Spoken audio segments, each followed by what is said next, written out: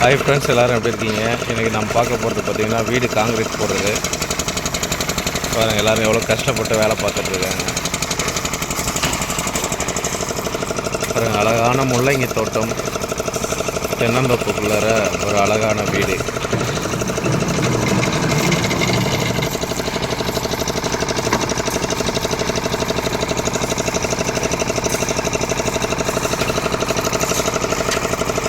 Video எப்படி இருக்குதுன்னு எல்லாம் கமெண்டில் சொல்லுங்கள்.